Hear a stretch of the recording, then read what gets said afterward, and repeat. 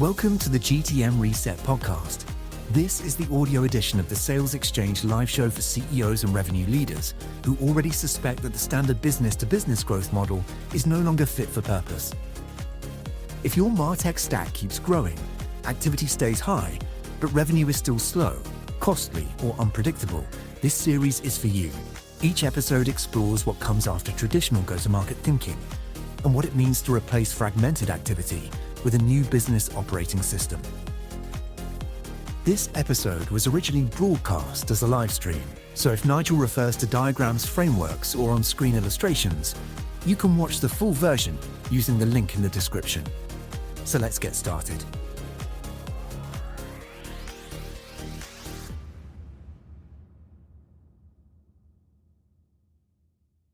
Here we are again. Welcome to the Go-to-Market Reset live show.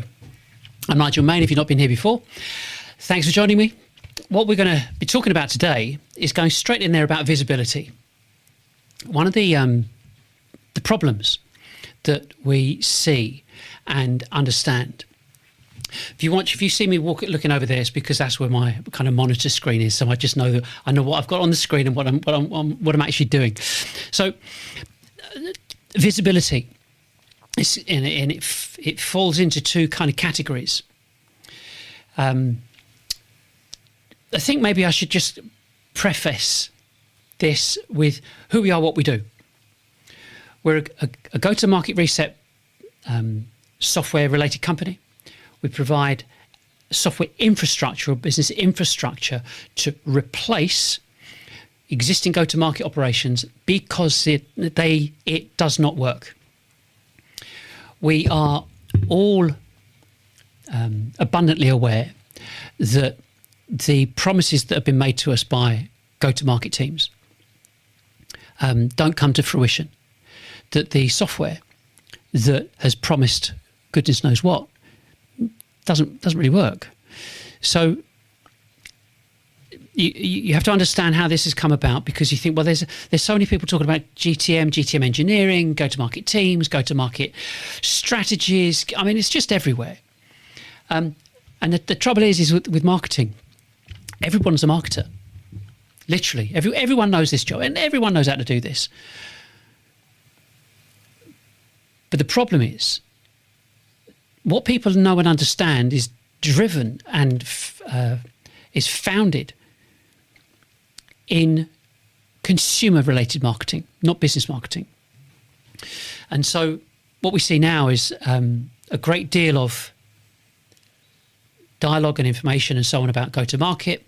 And you can use NAN, you can use Instantly, Clay, a raft of different platforms, link them all together, and now it's a GTM stack, not just a martech stack, it's a GTM stack, using an intricate network of different platforms, from Claude to, as I said, NAN, Instantly, Clay, Lucia, Attico, HubSpot. It doesn't matter. I mean, it's just basically stitch everything together and sell that as a marketing system. But it doesn't work. We know it doesn't work. Everybody knows it doesn't work. Your figures, your monthly, quarterly, annual figures says it doesn't work. If you go back over the past 20 years, it says there's been no change in any of the software or technology that you've been coerced into buying. So that's our starting point.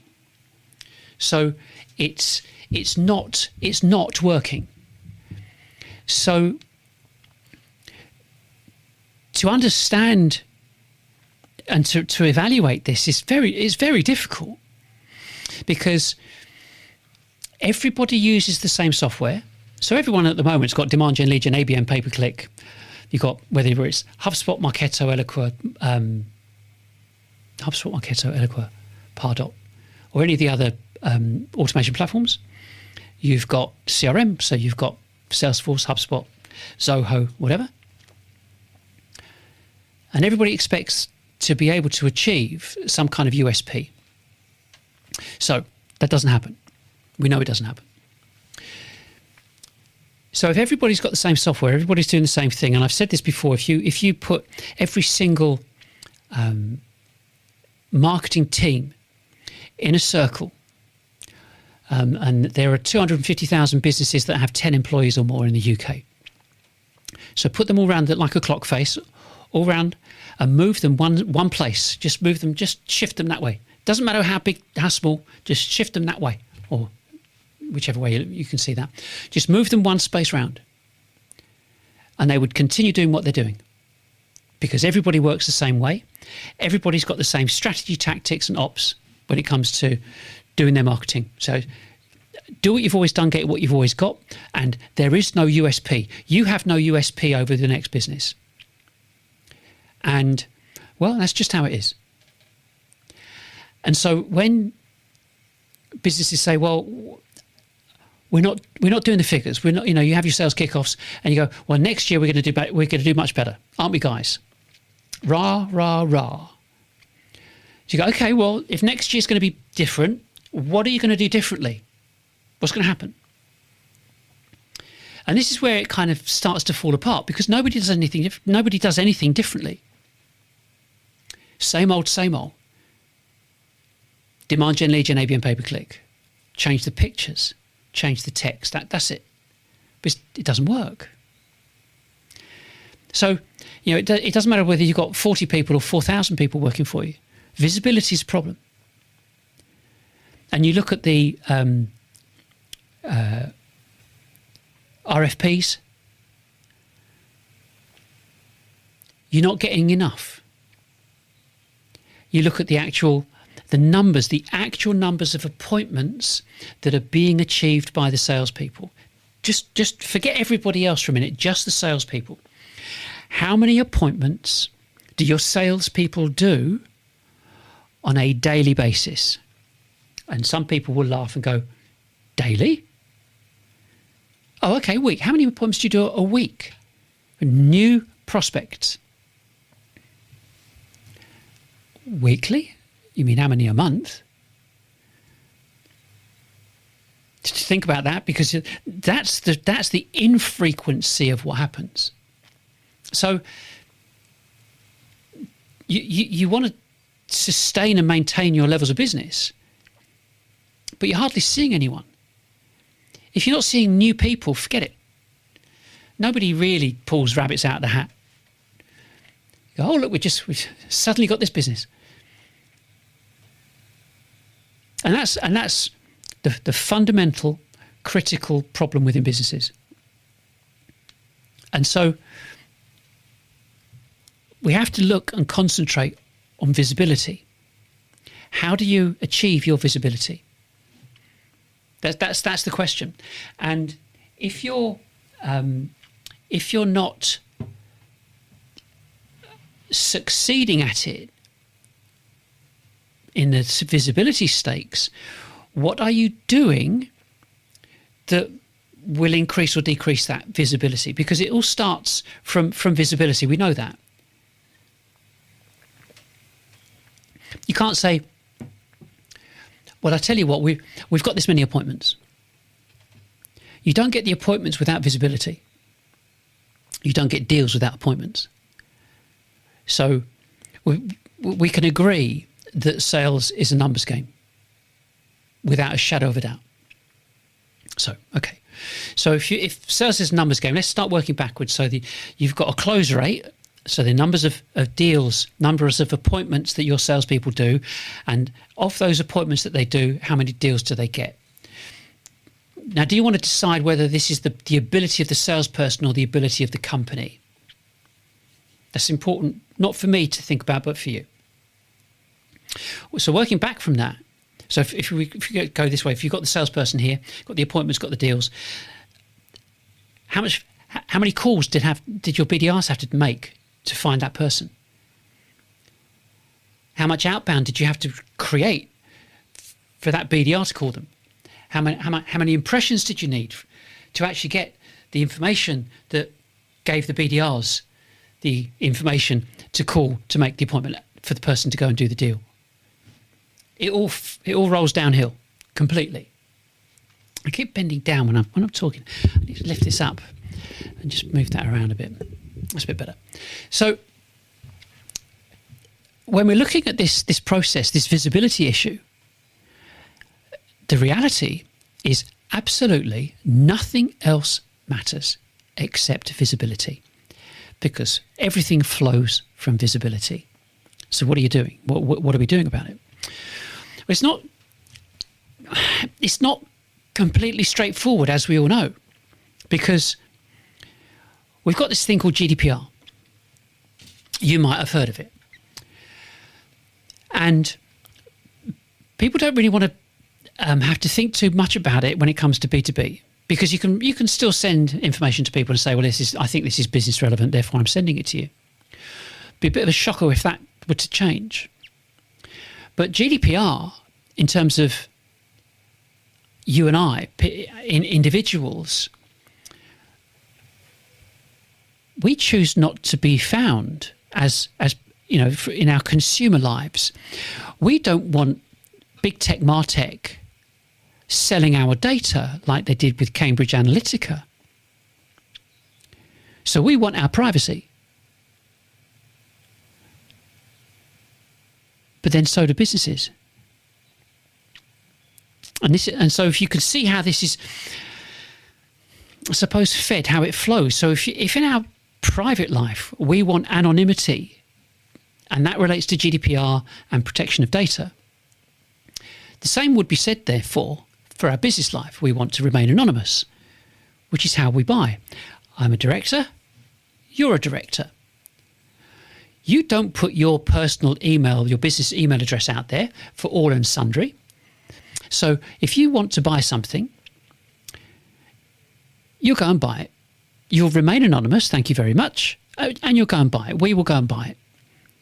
Nobody else's business but ours. So the phraseology that I've used again and again is we want to self-serve, self-educate, remain anonymous, calculate the ROI, and then decide on who and when we want to speak to a salesperson about it. In that order. So that being the case, if you look at this buying process, this is where it starts to fall apart, basically. Marketing seem to think you've got some problem, and what we're going to do in marketing is we're going to say that we can solve the problem. Now, the CEO, the buyer, isn't thinking that. They're going, of course we've got a bloody problem. We know we've got a problem. We know that you can probably take care of it. Probably. But here's a list of 30 companies that can do the same as you. We are running a company. We're not stupid. We understand the problems. We are looking for a solution. Don't tell us about our problem. We already know we've got a problem. That's why we're looking for a solution. So what's the buyer doing? The buyer is looking for somebody, a company, that can articulate the problem and explain, illustrate and articulate how they solve it. Not that they solve it, how they solve it. They're looking for a company that says, not only do we're all agreed we're talking because we're talking about a certain problem, but this is how we approach it, this is how we deal with it, this is how we orchestrate things to impact you and your team and your teams of people in your business. And this is what it looks like on an ongoing basis. And this is how we support. And this is what we do. And we take care of it. And this is why you want to be connected to us. And so on, and so on, and so on. They know that your company deals with or sells products, a widget that does something. They know that. They also know every single person that's competition to you. And they can get that information from Claude, from AI, within seconds, and an analysis of every single business. But that's not what they're looking for. And that's the point. So it comes back down to visibility. So how visible are you? If you're saying, we sort out this problem, we sort out this problem. Yeah, and so do they, so do they, so do they, so do they. This is how we implement our systems. This is how we teach your people to take care of the problem. This is how there's a different conversation going on here. The conversation is, why should I trust you? Yeah, I know you do the product, the widget, but why should I trust you?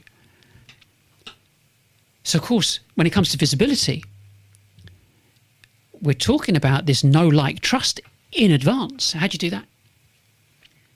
Don't want to see you. They want to remain anonymous. They want to self-serve, self-educate, remain anonymous, speak to you when they're ready. When they're ready.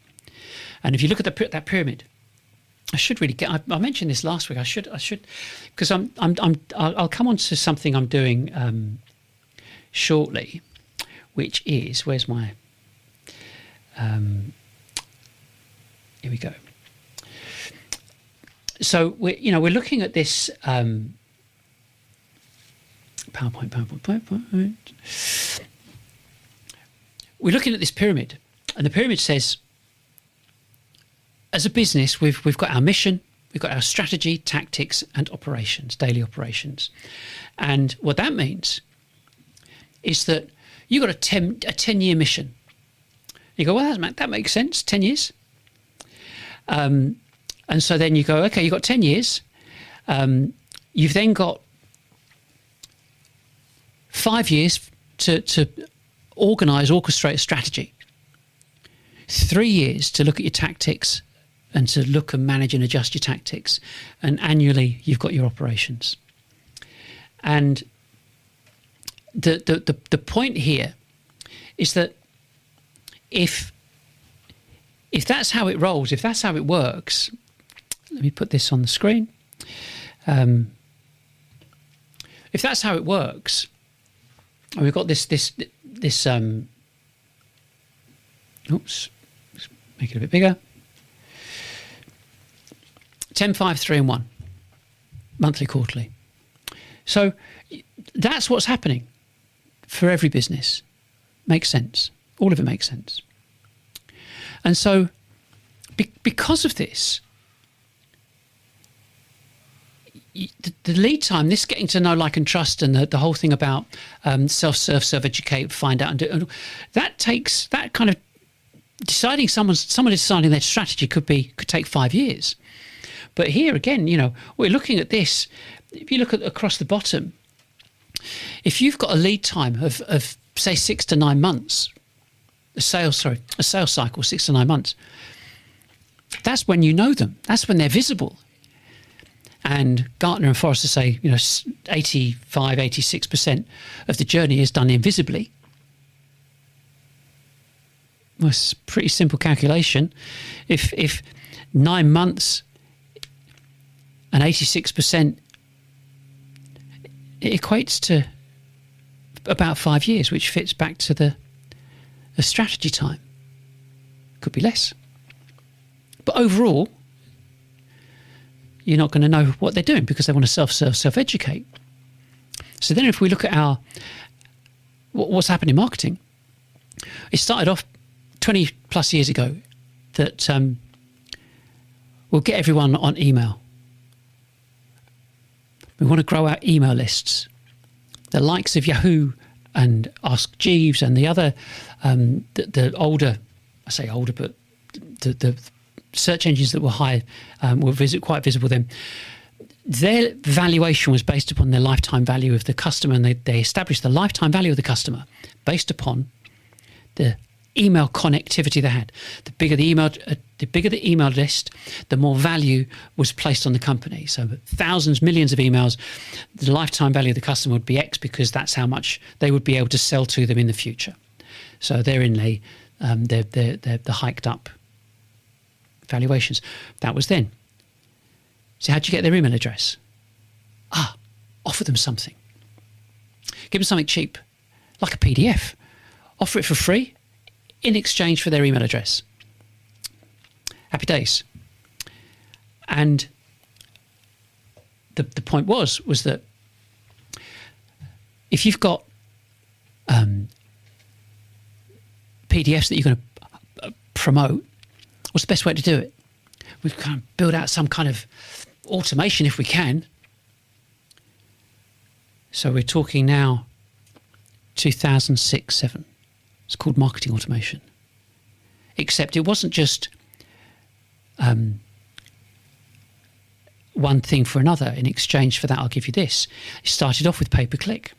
Click on it, click on the advert, went to a landing page, blah, blah, blah. Download this PDF, give us your details.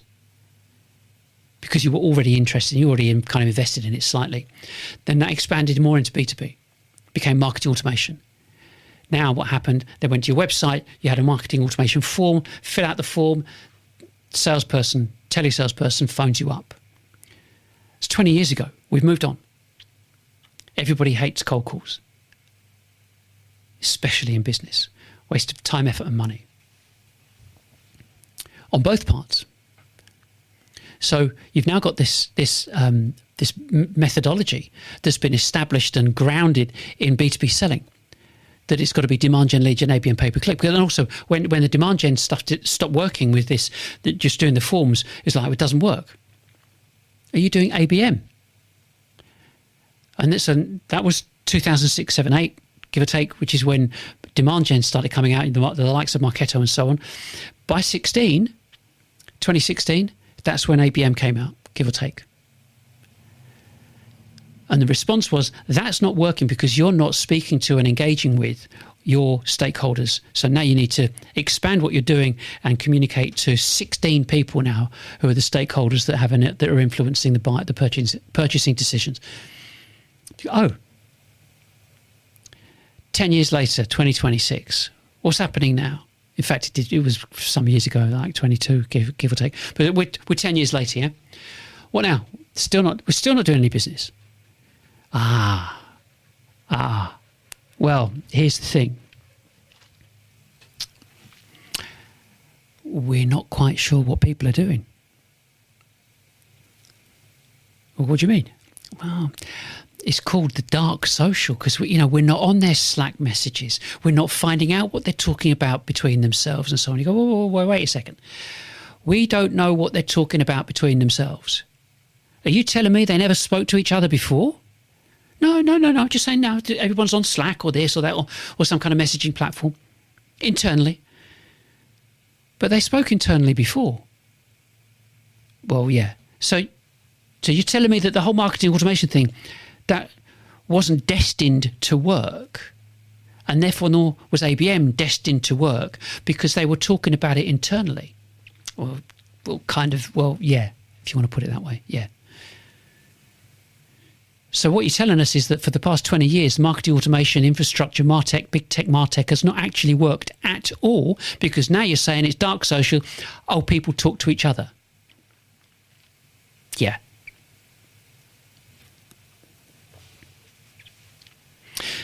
So we're talking visibility here.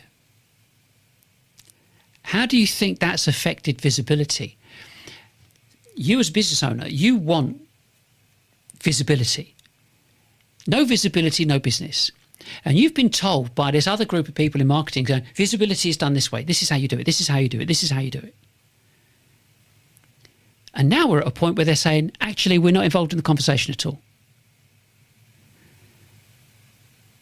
And the response is, okay, so how do we get involved in the conversation? How do we get visible? We use BDRs. We phone them up. We get them on Sales Navigator, on LinkedIn. Scrape and spam and do this. Oh, it's not a problem. We're gonna do it this way. Be fine. Okay. So how's this all going to work then? Well, you use N8N, Clay, Instantly, Attico, Lucia, integrate all of that with HubSpot and so on, and use N8N to join and everything together. And we keep the stack. We just add to it because if you don't add to the stack, we're going to fall behind. And that's what you need now. So you go, okay, so we trusted you on pay-per-click back in the early 2000s. We trusted you for marketing automation. Trusted you for ABM, listened to your dark social, and now we're trusting you on GTM stack, GTM engineering. Right. Got any guarantees? Oh no, can't do that. So you're telling us that to get in front of people, we've now got to do what? Sorry. Well, some people call it scrape and spam, but it's not really. We're just looking to find the ICP, the ideal customer profile that we can latch onto, and then stalk them and find out what they're doing and what they're listening to and what messaging they're putting out. And if they put a message out and say, we're going to do this, or we're looking for that, or we're going to recruit, or whatever, they've got some money, they're actually doing some business. So we that's how we get in. All right, okay. Anything else? Well, no, not really. But what we also do is we'll continue to use Candy Lead Forensics and all the other people, so we can find out who's actually going on our website. And then, because we're using platforms like Cognizant, who use Bombara as well, I think it's Bombara. Anyway, what we can do is then we can also find these people when they buy something for their kids or their family. What do you mean? Well, we've got all the consumer data. So someone buys something from Amazon or from something online from their office, and they pay for it. We've got that detail. We know the name, we know what they bought, what they're buying because of remarketing platforms, and we know the IP address. We trace the IP address back to the company, and so now we know the company, so we can phone them up and track them on LinkedIn now, and we've joined all the dots, we've identified them, we've exposed them, we've revealed them. That's the plan. That's the future. You can gather I'm not impressed. For two reasons. One, of course I got a product, but two, I buy stuff. I get phone calls. I get furious when I get certain phone calls. Because some of the people sound more like scam call centers than anything else. But they're talking to me about my business. So I'm kind of not impressed. So that's a big problem. So we're kind of getting back to visibility again. So what we're doing is, here we are as a 20, 30, 50, 500 person company being encouraged by marketing to scrape and spam. Oh, but we're using AI. You go, big deal. Tokens are tokens, however much it costs. So what? You still haven't got over that issue to do with getting a business getting to know, like, and trust you. Because if they're not on that journey to want to get to know, like, and trust you, you're not selling anything. You're not going to sell anything. Because, I spoke to someone a couple of weeks ago who said that, we when we see the deals that are going out there, we might get 1 in 10. The other 9 don't even know us. It's a big company, big company. You don't even know, not even heard of us. So if you've got companies with thousands of employees across the world, and there are situations today, they go, they've never heard of us. How many people have heard of your company? Do you know? There's a two-way thing here. One is your total addressable market. Do you know it? Can you identify it? And if you can, well, that's great. That's really good, because that's the starting point. So the visibility bit starts to become a bit easier. If you look at the numbers of businesses in the UK, there are between 10 and 50, 212,000 businesses. Between 50 and 250, there are I never get this right, 36, 38,000. I think it's 38. I think it's 36,000. And between 50 and above, 250 and above, there's 8,000. Nicely rounded to 250,000 businesses from 10 employees and above. So, say for example,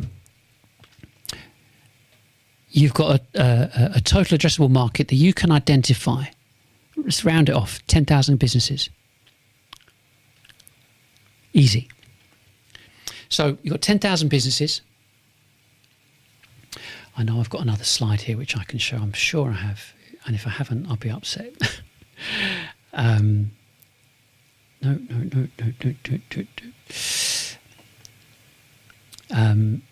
Talk amongst yourselves.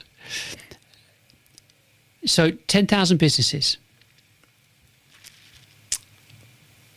No, here we go. I'm sure it's it. Oh, it's a different slide. The thing is, I'm talking about, just to let you in on what I'm doing, on a bigger picture, is that I am in the process of using our infrastructure. Oh, look, found it. Using our infrastructure to build out a new live show series. I'll come on to it in a second. But this is why I've got nothing on the teleprompter.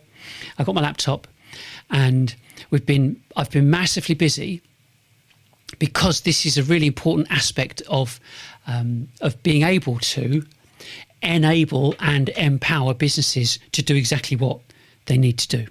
And part and parcel of it is delivering effective live shows. So let me show you this particular slide here.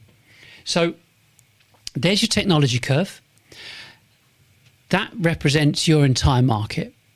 And I just said 10,000 businesses. So you've done two things. You've identified your total addressable market. You said it's 10,000. You've gone and bought a 10,000 name database from a data company that's cost you £3,000, £300 per thousand. You're now looking at this, and we're saying, right, that first segment right over here. Let me just do this bit. Laser pointer. There we go. So this area here, okay. So 2.5, 13.5. That gives us 16% of your total addressable market are active. They're thinking about moving forward, keeping on top of things, being the first, being the leaders in their market. The rest of them, not so much. Early majority, late majority, laggards. So we just concentrate on that 16%. So now we've got 10,000 businesses.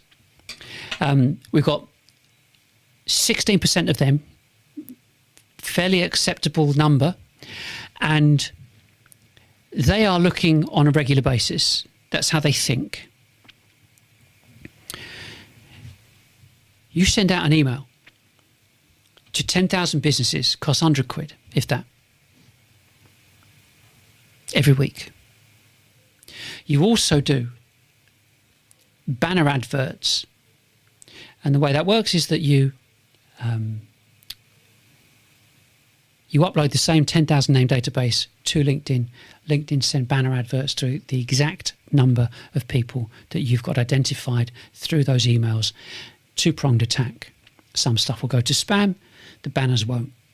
Either way, you're going to get the coverage.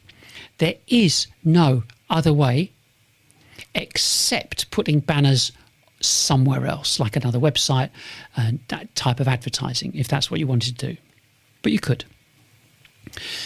So to reach your total addressable market, you message them and tell them. And part and parcel of that is posts that go out on LinkedIn as well. So you've got three things going on. You've got social posts going out, you've got emails going out to your total addressable market, and you've got banners appearing on the news feeds of those people in your total addressable market. You've now just achieved total coverage. You have to think about that. And the reason I say you've got to think about it is because most marketing companies are focusing on AI-based scrape and spam.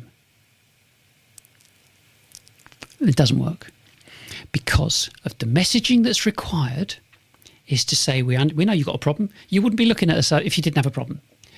So we've identified, we now are on the same page, that we know, you know that we provide solutions for the problem, and you know that you've got the problem. Let me show you why we're such a great company. This is how we start. This is what we do. This is how we organise it. This is what we want you to do. This is how we teach. This is how we impart educational information so that you know that you're able to make that decision, and you're going to feel comfortable making that decision with us.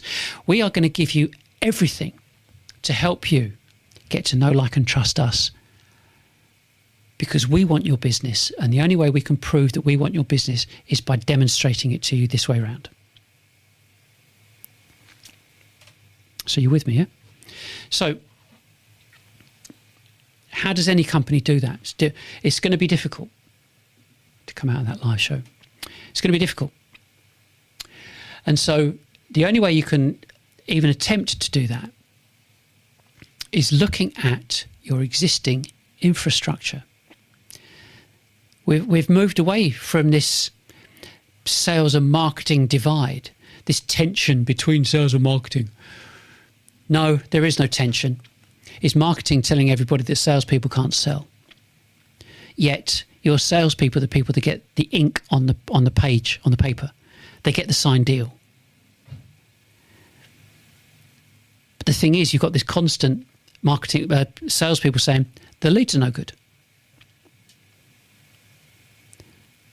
And we're back to, if you've seen the film Glengarry Glen Ross, leads are for closers. Yeah. ABC, always be closing. But the bottom line is that what is marketing saying that should encourage or engage a potential prospect? What are you saying? Because if you're not physically working towards a method that says, look, we're transparent, we're open, here we are, this is how we help, this is what we do. There is a reason why certain businesses get on the radar of your prospect before you do, because they're doing something like that. Bit of it's kind of it's not something you could write a business plan on, because they just happen to be right time, right place, or right place, right time, and so on. Because it's not based on technical ability, almost like fluke, and you lose out 90% of the rest of the business. So there has to be this methodology, this approach that says we must have the ultimate ability at visibility. If you don't, you're dead. You know you're dead. And again, you look at all of this technology. Go this way. All this technology over 20 years. If it worked, I wouldn't be talking to you now. Simple as that. Would not be I'd have nothing to say. But 20 odd years of martech promises doesn't work. I know it doesn't work. I've been doing this for 40 years. I know it doesn't work.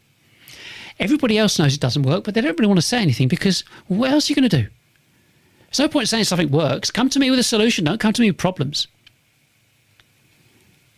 Your CFO knows it doesn't work. Knows it doesn't work. CEO knows it doesn't work. Salespeople know it doesn't work. Yet people in marketing go, oh, look, we're doing great guns. Look at the analytics. Look at what's happening. Look at the clicks. So what? Look at the downloads. So what? It's completely and utterly irrelevant. And then guess who starts banging a drum wanting attribution for the sales that do come in? Why? Because they want to keep their job. You would if you're in marketing. Marketing have done a crap job. I mean, that's just how it is. They've not read the writing on the wall, which says self-serve, self-educate, remain anonymous, calculate the ROI before speaking to someone. If everyone's pumping out that information and knows that information, knows the statistics, every salesperson knows the statistics from the likes of Gartner and Forrester, it's used all the time. So if everybody knows about it, why has no one done anything about it? Because it's a deal breaker. This enormous group of people that are over here in marketing, all with their own little jobs doing this, that and the other. Start talking about the actual problem and how to solve the problem. They're all out of a job. And the marketing people watching this are going, Nigel, stop, be quiet, don't, stop.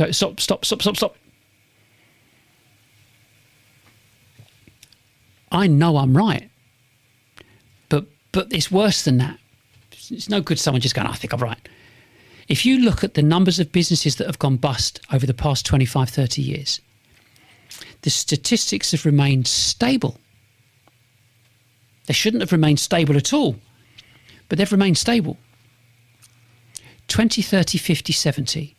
20% fail in the first year, 30% in the second, 50% in the third, and 70% year 10. Compound, that's 91.6% of all businesses go bust within 10 years. And it's not changed.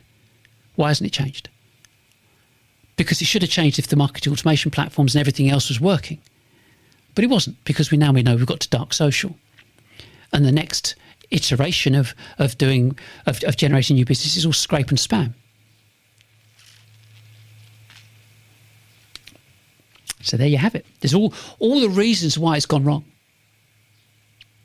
All the reasons. And so as a business owner, you've got to look at this and go, what on earth are we going to do?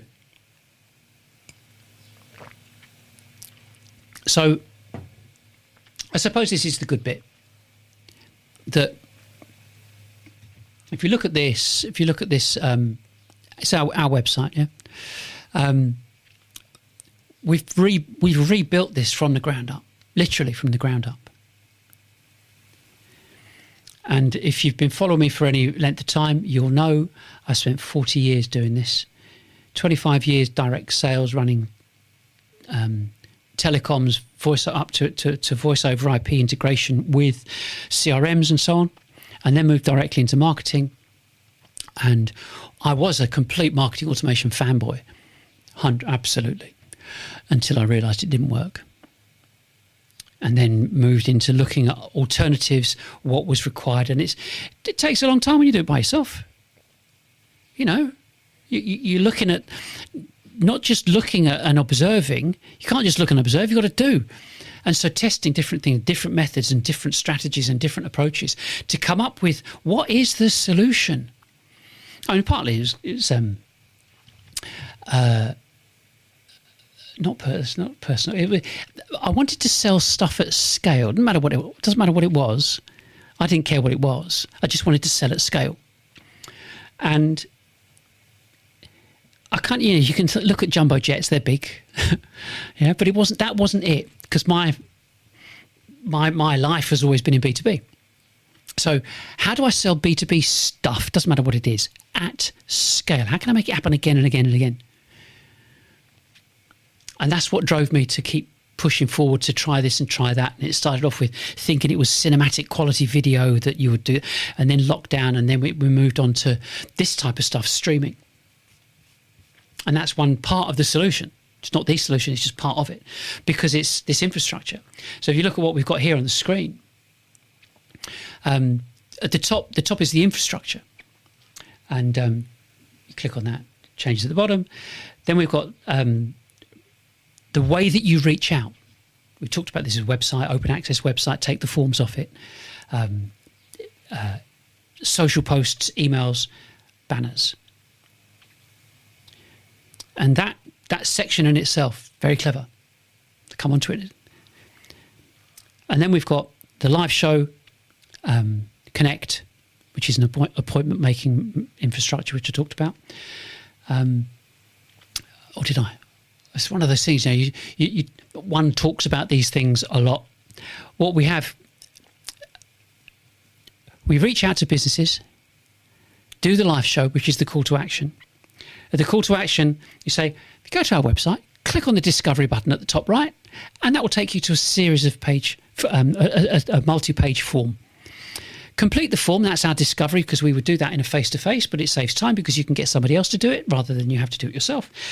Complete the form, book a time to meet us. Once that's done, our system generates the quote, generates the slide deck, generates the cost comparison, does the research on the company and the individual, and presents that to the salesperson. Just like that. Literally just like that. It is great. So when it comes back to how many appointments do your salespeople do a day, changes that fabric, because if you work that back and you look at how many people are you getting exposure to, you say, well, we've increased it this month. We're up to 30,000, to 40,000, to 50,000. And of that, we're getting this many people watch us. Of the people that are watching our live show, we're getting this many people that are booking appointments. And of the people that book appointments, we get this many that we actually do quotes for and finalise the quote. And there's our pipeline. And on the subject of pipeline, if I go to, I have to put my glasses on for this. If I go to the OS and then click on here,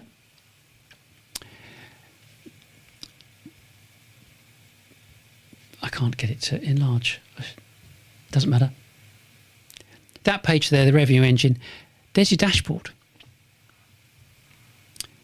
You've got impressions to value.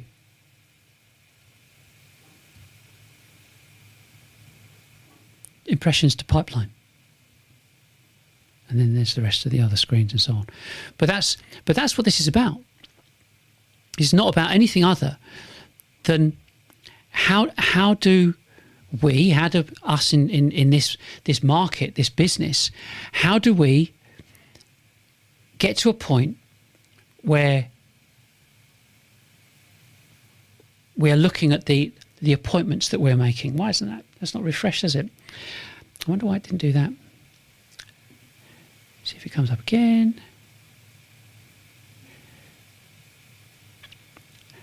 I don't understand why. But the point is that it might be the laptop. It might be the update. But basically, there's the questionnaire. There's the information that we've got, and you can click through and see the data fill in terms of costs and people and training and what you do at the moment. But the whole point of this is that it's all online. Everything's online, and I wanted to show you that next bit, but it's not coming up for some reason. It's called doing it live, isn't it? Maybe if I go back to the home page, I'll try that. So the whole point is that we've created this infrastructure that gives you the most greatest, highest level of exposure you could ever hope for, because it's targeted at your total addressable market, not anyone else. Excludes the stuff that you're not interested in. And because you're doing a social posting, anybody else that might be interested, they'll pick up on that. The call to action does things like teach them, download this, have a look at that. We've put some information out. We've got 1,000. We've got it's over 2,000 now of downloads, because we're looking at educating our market. So when you take a step back and you're not on the front foot trying to make that appointment, saying, "Oh, we need to see you. Let's book a time in the diary." No, people don't want to do that. What we want to do when we're in buying mode is learn and find out and say, "Can you support? Can you do this?" And that's why if you look at on the OS information we've got here,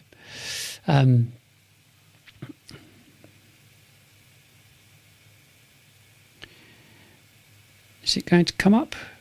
Maybe not. The whole point is how does it work? How is this going to work? How is it going to work for people? We have a first phase, and the first phase, maybe there's that's slightly better.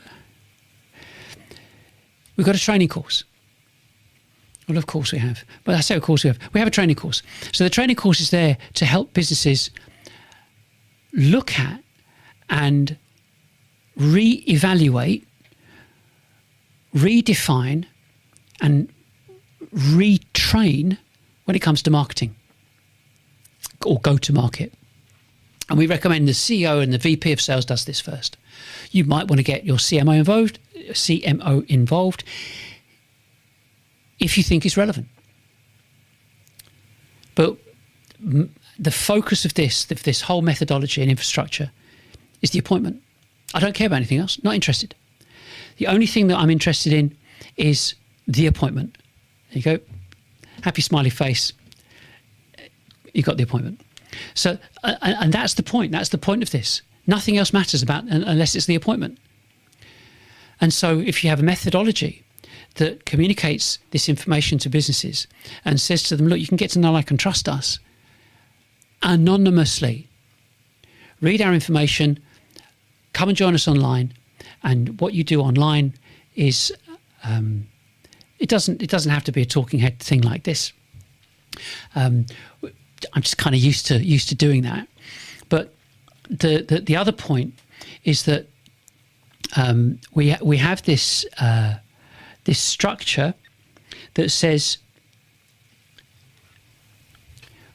we believe that we can teach you about everything you need to know to change the methodology that you've been using so far to increase your profitability significantly.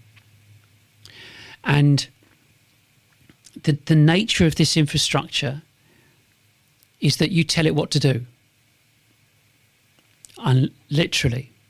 So you use Whisper, you use a voice-activated bit of information, and you just say to your AI, do this, do that, do this, do that. And it will send the posts out. It will schedule the posts. It will schedule the emails. It will schedule the banners. It will write the script. That's what we're doing at the moment. It will write the script, schedule the live streams, send out the emails to promote the live shows to your list and to the tagged people within those lists,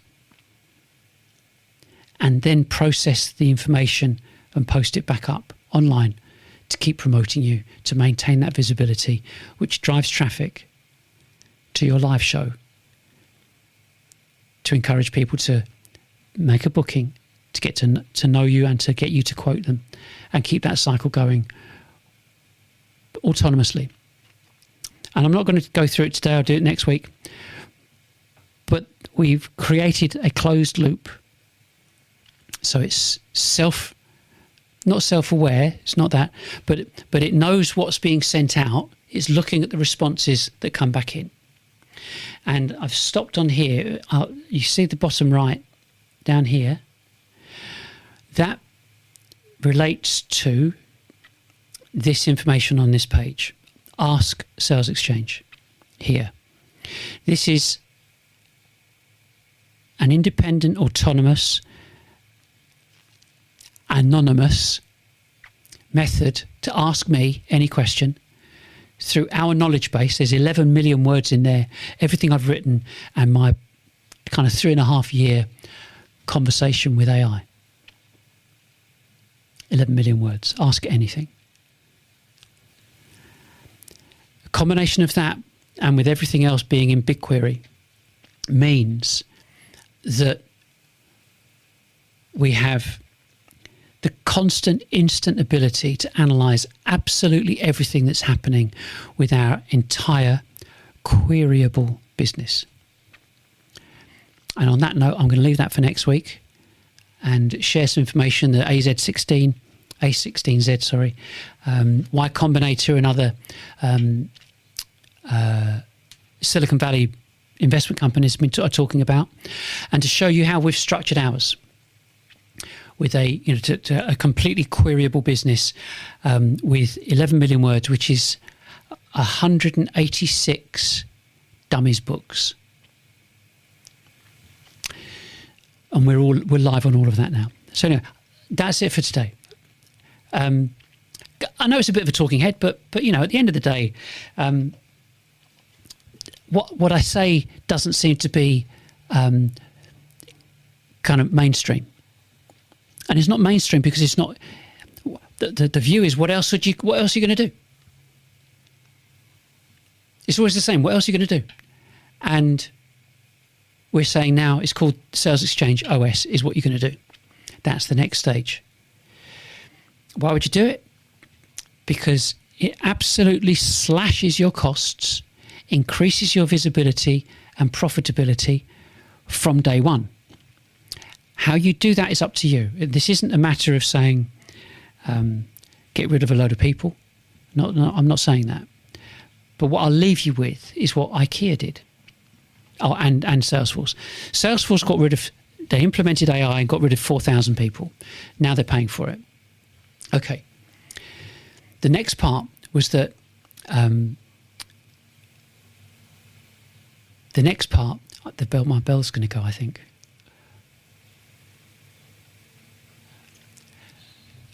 And the next part basically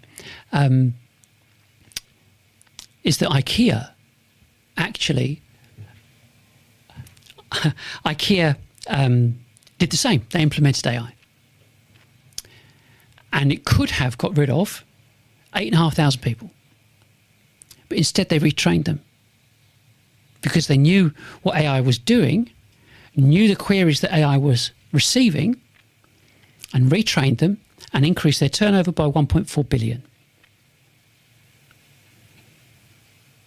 So we're talking about efficiency here. So I'll leave that with you. Join me again next week. I'm going to talk about what we call a RAG system and how that impacts, and how we have everything centralized, all the data centralized, that impacts reporting, instant reporting.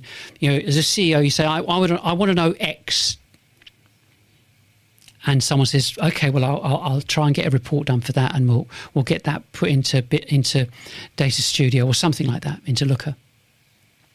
Now everything is instant, literally instant, and that's what we'll talk about next week. Have a great week from now till next week, and I'll see you then. Bye. You have been listening to the GTM Reset podcast, the audio edition of the salesXchange live show. If this episode reflects what you are seeing in your own business, the next step is to explore the model properly. Use the links in the description to watch the full video version, work through the foundational documents, and request a private strategy call if you want to see how this would apply inside your organization. Thanks for listening.